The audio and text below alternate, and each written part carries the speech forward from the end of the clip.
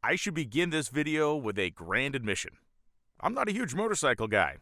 But that said, I am voraciously curious about engines, and frankly, the more unique those are, the better. And if they sound like this,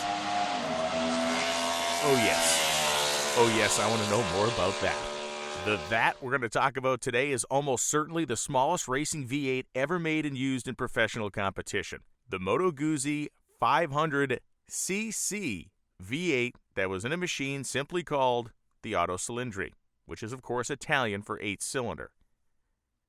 Perhaps the coolest engine ever found in any era of motorcycle Grand Prix racing, it won very little, it broke a lot, it set speed records that stood for decades, and it represents what a small company can do when racing isn't a sideline activity, but its very heart and soul. With the racing lifespan of a Mayfly, its legend is still one that us gearheads can revel in with a wide smile. So let's get down to business. I'll boil the genesis of this engine down into a simple timeline. Motorcycle road racing in the 1950s was conducted as it is today, with various stratified classes separated by displacement, 250cc, 350cc, and at the time the big dogs were the half-liter bikes or the 500cc machines. As the categories were limited by displacement only, you could run any style or layout of engine you wanted to achieve those sizes. Single, twin, and four-cylinder motorcycles were the nature of the business at this time in history. We're talking about the 1950s. Now, the Moto Guzzi company was dominating at the 350cc level, but they were not in the 500cc category. In its past, the company had a 500cc two-cylinder that they had used from the 1930s into the 1950s racing, and their single 350cc cylinder engine was a killer in that displacement category, but the larger 500cc single just couldn't keep up with the rest of the competition. For as long as Moto Guzzi had hung on to a single-cylinder design, many other companies had gone to four cylinders. Now it seems like a 500cc inline four would be the natural way to go for a company when they wanted to evolve their engine platform to be more competitive. One guy who did not think that way was Giulio Carcano. Now, he was the head of the experimental and racing department at Moto Guzzi, as well as being the company's lead engineer. Now, Carcano knew that the competition had been at the four-cylinder game for years. They had refined their designs and been a leg up if they were going to go down that road. He figured at best the only thing they'd be able to do was perhaps match what the competition had done, but not overtake them. So, he figured that making the same mistakes and learning the same things that the other racers had learned already wasn't the smart play. In the back of his mind, he had another plan, but he didn't reveal it until after the 1954 Italian Grand Prix at Monza. After getting slapped around again in the 500cc category, Carcano had an idea over dinner that struck some of the engineers as being nearly insane. He eschewed the four-cylinder layout as being played out and mined out by his competition. He understood that an inline six-cylinder engine will likely stretch the wheelbase too far one way, or be less than aerodynamically good if set lengthwise across the chassis in another. So, he pitched the idea of a 500cc, water-cooled V8. People dropped their forks, jaws slackened, but among the engineers, logic began to prevail. Shoving 8 cylinders into the displacement that others were only using 4 in had its benefits. It would have more piston area, more ability to burn fuel, more RPM capability, and thereby more theoretical horsepower. Add to the fact that it would be physically narrower in the chassis than the transversely mounted 500cc four-cylinder engines others were using, and this wild idea started to actually make sense. All this was well and good to the engineers, but they needed the sign-off of one very important person to be able to move ahead. Giorgio Parodi was running the company at that time, and he was the man who would have to sign the budgetary paperwork to allow this project to move ahead, and the man loved racing and believed it to be the core of the brand. With levels of reluctance we don't really know about, he approved the project. That left Carcano, his fellow engineers Umberto Todaro and Enrico Cantoni, as well as about a half dozen other guys, the only people that worked in the racing department, to design and construct this engine, the most complex ever seen in motorcycle racing, before the next season started. Working out of their ancient and storied factory by Lake Como in Italy, it took them only 5 months to have a running prototype. How? Simple. War. While Moto Guzzi was a relatively small company, they were swelling with the kinds of riches any industrial enterprise needs in volume: machine tools. During World War II, the company was producing aircraft parts, motorcycles, three-wheelers, even prototype gun carriage tank-looking jobs for the Italian Army. This was a little industrial powerhouse, and they had the technical means to make all the boutique stuff you could imagine, including the hard parts for an engine no one had tried to make before. The block is amazing. It's made of cast magnesium and is about 4 millimeters thick in most areas. The transmission case and even a huge bronze bushing-equipped pivot for the rear swing arm is also cast into the block itself. It seems impossible that one could actually get a V8 to fit in a package that is 13.5 inches wide end-to-end on the crankshaft and 16 inches wide, including this tiny 7-disc clutch using 4 discs and 3 floaters end-to-end. Let's just say that this ain't a big block, but it did sit sideways in the chassis, so that compact nature was very important. The bore is 44 millimeters, or 1.7 inches. The stroke is 41 millimeters, or 1.6 inches. It's here that it needs to be explained that the iron cylinders are actually threaded into the cylinder heads. This eliminated the need for head gaskets and the extra bolts that would be required for proper sealing. The water pump can be seen bolted to the engine's front cover. It is a turbine-type pump. Now, this little engine uses a pent roof-style cylinder head with 2 opposed valves per cylinder. Those valves are 23 millimeters on the intake, or 9/10 of an inch in diameter, and 21 millimeters on the exhaust side, or just over 8/10 of an inch in diameter. Interesting, there were no pressed-in valve seats into the heads. Instead, the valve seated into the head's aluminum alloy material without any inserts. There was an overhead cam for both the intake and exhaust side, and they were driven by a beautiful series of gears in the engine's front cover. Those cams actuated the valves by smacking a typical bucket atop each of the dual valve spring-equipped valves themselves with each rotation. The cylinders are on a 90-degree angle like most V8 engines, and of the many interesting features of this engine, the cylinder head angle, meaning their angle relative to the block, was 23.5 degrees. The valve angle, meaning the valve stem's relative angle to the cylinder axis, was 58 degrees. Now, at the time, this was actually a narrow angle, and it made a very efficient intake and exhaust program for such a small engine. Also remember, we're talking about the 1950s here. So some of these numbers, while pretty groundbreaking for the time, are very far behind what we know about engines more than 70 years later. The heads had cast-in water jackets, and the water pump was run off the camshaft gears. Now, the radiator was placed just ahead of the engine, down low in the chassis behind the front tire. The pistons were an amazingly aggressive for the time 11.5-to-1 compression. They had big valve release cut into them as well. The engine was fed by 8 21mm Del Orto carburetors. Now, these were the largest of the carburetors used over the course of the engine's evolution, but they're also the coolest. At first, each bank of 4 carburetors relied on one single float chamber per side, but by the end, each one had their own individual float chambers and could be tuned in a much more precise manner in that way. The ignition system may be a surprise. Instead of the magnetos you might expect, which apparently struggled to keep up with the RPM potential of this engine, Moto Guzzi used a total loss electrical coil style of ignition. Now, this used 2 6-volt batteries wired in series to make 12 volts. Because the motorcycle had no generator, the batteries would receive no return charge while the motorcycle was running, hence the term total loss. But apparently they had enough juice to power these motorcycles through the end of a race, when they ran that long. The bottom end of the engine was interesting, and it is really the most highly revised part of this program over the few years that it existed. The first iteration of the engine used a 180-degree crank. Now, this was a forged piece made out of high nickel steel, and it was also chromed. It was a roller bearing crank with roller rod bearings as well. Now, this was high-tech for the time, but it was not the tech that would ultimately work in this engine. It didn't take long, basically 1 season, to switch to a 90-degree cross-plane crankshaft, which also used a split-end connecting rod with split roller bearings that would be sandwiched down when the rod was connected to the crankshaft. Because of continued failures in this program, the final iteration of the engine used a Hearth-style crank. Now, if you're unfamiliar with that style of crank, it basically uses a spline 2-style joint between the journals or at other points. Because the crankshaft is assembled in pieces, it allows the use of one-piece connecting rods, meaning they don't have to be split on the big end and bolted together, which in theory should increase strength. Now, the joints are either held together by the spring pressure of the crank being bolted into the block, or they're bolted together in some form. This Hearth-style crankshaft cured many of the issues that the engine was having during its maturation process through 1955 and 56, and really into 1957. It should be noted that the engine used 5 main bearings to support the crank. Lastly, this was a dry sump engine. The big upper frame rail of the motorcycle served as the tank for the dry sump system, and it held a whole 9 pints to feed it. The oil pump was driven off the cam gears, much like the water pump. Now, the exhaust is wild. It's a collection of 8 27mm diameter pipes which are equal length at 600mm apiece. These exhaust pipes, which seem to jut out of the back of the motorcycle at various points without any rhyme or reason, because in fact they are equal length, were sand-formed.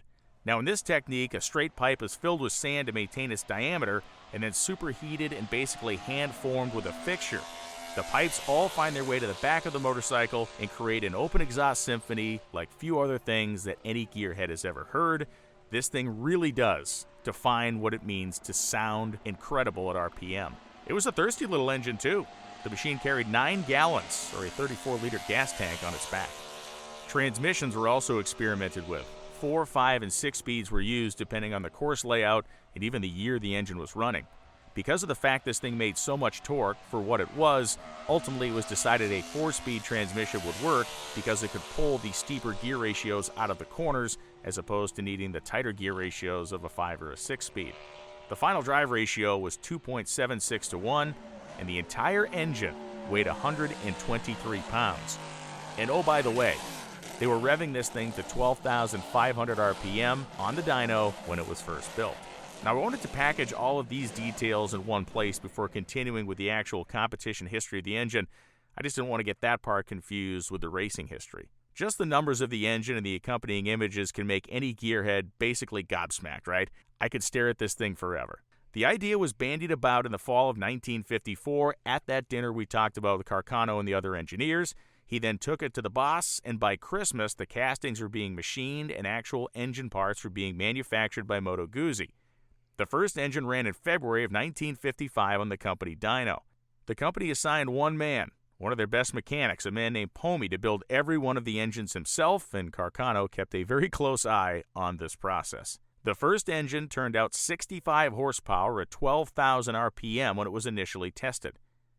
The story goes that they got the fuel distribution correct by running the engine in a darkened room and looking at the color of the exhaust pipes. Obviously, this would indicate which cylinders were lean and which cylinders were rich, depending on how brightly or darkly orange they were. They tweaked the tiny carburetors and were happy with the results, and Carcano knew there was plenty more power to be had because this was the prototype, effectively, version of the engine. By April, the engine was in a motorcycle, and testing was set to begin. The very first ride was taken by factory rider Ken Cavanaugh up and down the road in front of the factory. The team had their eyes set on April 18, 1955, to test at the famed Monza course in Italy, and it was a disaster. Fergus Anderson had won the world championship for Moto Guzzi in the 350cc class the previous year, and while doing so was appointed the team manager. Now, Fergus Anderson rolled into the racetrack and pulled rank on Cavanaugh at Monza and demanded he be the first man to ride the motorcycle, and on his very first lap, he wrecked the thing. The double down on this badness is because of the fact that the rear swing arm pivot was cast into the block. It didn't just wreck the bike, it wrecked the only engine the company had completed. This accident was also a very telling glimpse into the future of a motorcycle that was truly beastly. Like any good hot rod, the autocylindry was sketchy as heck. With this crash by Fergus, the 1955 season suddenly got a lot shorter. They lost a month, and the team rushed another motorcycle together and used one of their other few completed engines in its chassis. This time, Cavanaugh got dibs before Anderson had his turn. More testing in June on the 16th and the 20th refined the package to a point where the team was ready to go racing. Their first race was to be the Belgian Grand Prix at Spa in July of 1955, and they made it, and it turned into a nightmare. The engine with its early 180-degree crank broke a connecting rod, and the transmission was refusing to shift on a fifth gear, which on a course like Spa was a massive problem. They tried again at an event in late July, and again the engine blew up in practice.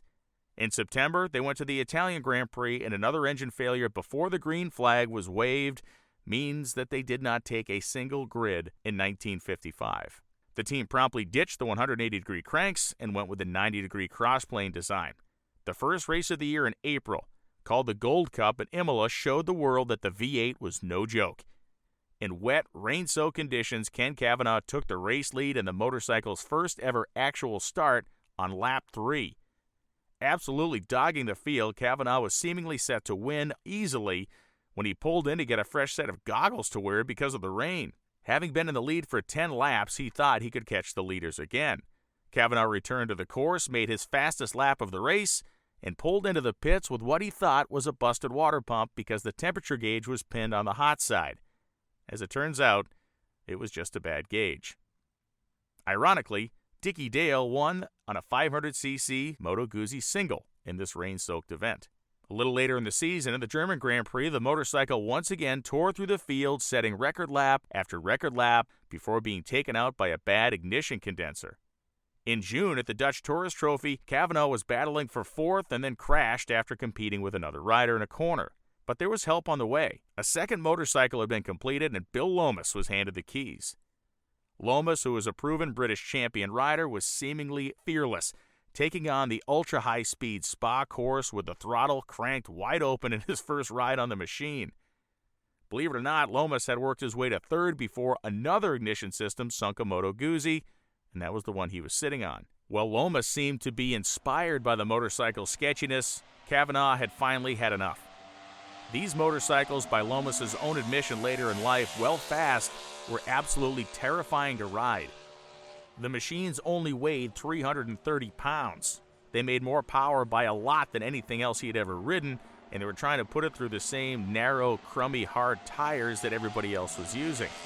The chassis design was even odd for this motorcycle, seemingly allowing the front end of the motorcycle to do something completely different that the rear end was doing while going through a corner, and this was not something that people wanted to deal with, especially people like Ken Kavanaugh.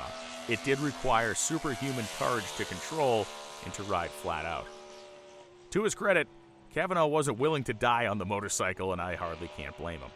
Kavanaugh's chosen retirement at Spa basically marked the beginning of the end of his career at Moto Guzzi, but it did elevate Lomas into the lead position. Lomas then locked in working with factory engineers to alter the steering geometry to make the motorcycle far more rideable at high speeds. The changes he suggested worked, and one of the motorcycle's great competition moments came at the 1956 German Grand Prix. 160,000 people watched Lomas and three-time world champion, the Gilera-riding Jeff Duke, battle it out side by side. They swapped the lead back and forth for the better part of 25 minutes. Lomas set a track record, and then both motorcycles failed. The Guzzi had burst a water hose, putting Lomas out of the race.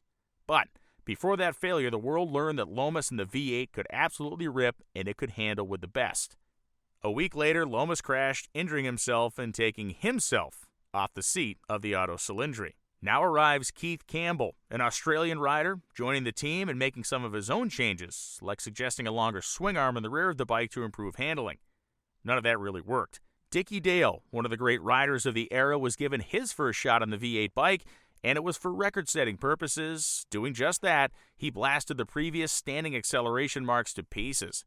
With internal and tuning improvements, the engine was now making 79 horsepower at 12,500 RPM and had the capability of being spun to 16,000 RPM if the need ever arose. The speed records were a highlight of late 1956, and 1957 was poised to be an amazing year. The winter was spent trying to break the motorcycle. Lomas recovered and rode some 1,000 miles or 1,600 kilometers at places like Oulton Park in England and various road courses in France. They rode it hard enough to break it, and it wouldn't fail. They had high hopes that the durability of the Auto Cylindri was finally up to the standard of everybody else's motorcycles. Next, the company got the Italian government to close the Appian Way for speed runs, and Lomas destroyed the numbers that Dale had put up the previous year. This famous road in Italy was the site of many speed runs back in the day, but it was a pretty unique situation to have it closed this late in the 50s.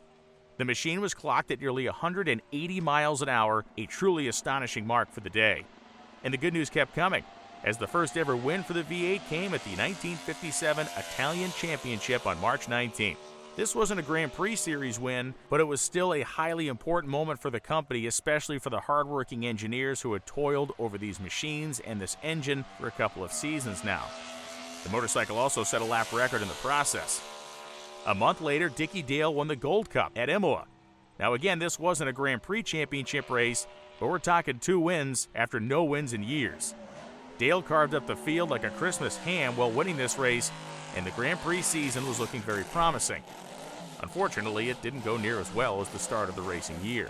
Keith Campbell's engine spit out a connecting rod, but his teammate Dale, after running second, was able to limp to a 4th-place finish at the very first Grand Prix race of the season. Stability and handling issues still plagued the riders. Some blame the aerodynamics of the fairings on the motorcycle, which was an irony because Moto Guzzi was one of the few motorcycle companies on the planet at this time in history with a private wind tunnel to use. Continued small mechanical failures all season long would take front-running motorcycles and retire them week after week after week. By late 1957, crashes had taken out Lomas, Dale, and any other team riders that had tried. At one point in the latter part of the 1957 season, they had 4 complete 500cc V8 motorcycles in the pits, and only one rider healthy enough to climb on one, and that was Keith Campbell. In this particular race, Campbell had a slow start but began to roar his way through the field and had climbed right up on the back tire of race leader John Surtees before the clutch failed and he coasted into the pits. The final race of 1957 was the perfect encapsulation of the Auto Cylindri's life. The race was held at Spa, and Campbell started strong and then rocketed his way to the lead. He was driving away from the field lap after lap, and while doing so, setting lap records on a succession of about a half dozen trips around the legendary course. Most amazingly, he matched the speed that Lomas had set during his record attempt on the Appian Way, clocking 178 miles an hour on the Mastra Straight. This speed would not be seen again in motorcycle Grand Prix racing until somewhere around 1978. Campbell was on his way to the most convincing moment in the V8's history when a battery cable broke. He pulled into the pits, silent, coasting, and watching the field scream by. Amazingly, this was it. Nobody knew it at the time, but this was it. The next 2 races on the circuit were short, twisty courses, so that meant Moto Guzzi pulled the 500cc single motorcycles out, and those were ridden by the team. Then at the Italian Grand Prix on September 1st, 1957, Campbell wrecked the V8 motorcycle and broke his pelvis. The team was officially out of riders. On September 15th, 1957, Mondial Motorcycles, Gilera Motorcycles, and Moto Guzzi all announced that they were quitting racing simultaneously. Just when the V8 was ready for prime time, just when the idea of a 1958 season of ever fewer failures and ever better handling was on the horizon, it was over. That fast. Doubling down on the pain and frustration, the engineers had found more than 80 horsepower from the engine and factory dyno tuning, both working on the fuel system and the cylinder heads, as well as allowing more RPM, but those 80 horsepower would never be used. The factory had made 6 complete 500cc water-cooled V8 motorcycles. There were 6 engines and apparently enough spare parts to make enough chassis to match that additional number. So what happened to that stuff? Those parts made their way out of the factory before being taken or destroyed, and the result is that there are more Auto Cylindri motorcycles existent on the planet now than there might have been in 1957. Now, certainly very few of them actually see a racetrack, and most of them live in museums, but the idea that they exist to be looked at, gawked at, and occasionally heard is pretty fantastic. Most of them sit silently, but the few that do run capture the hearts, minds, and eardrums of all that see them. So there's the story of a very small, very fragile, but very brutish little engine. An engine so small, but with an aura that spans the ages. More often than not, I seem to find myself in the position of examining things that didn't quite pan out more than I do looking at things that did on this channel. Maybe there are more interesting parts of those stories than there are about the full-on successes. Maybe ideas that defy convention and the normal way are just more compelling to talk about. Maybe we all just like stuff that's cool, and the win-loss record, well, what does it really matter anyway? I'm Brian Loans. Thanks for watching. Like and subscribe for more racing, historical, mechanical, big displacement, and yes, small displacement content.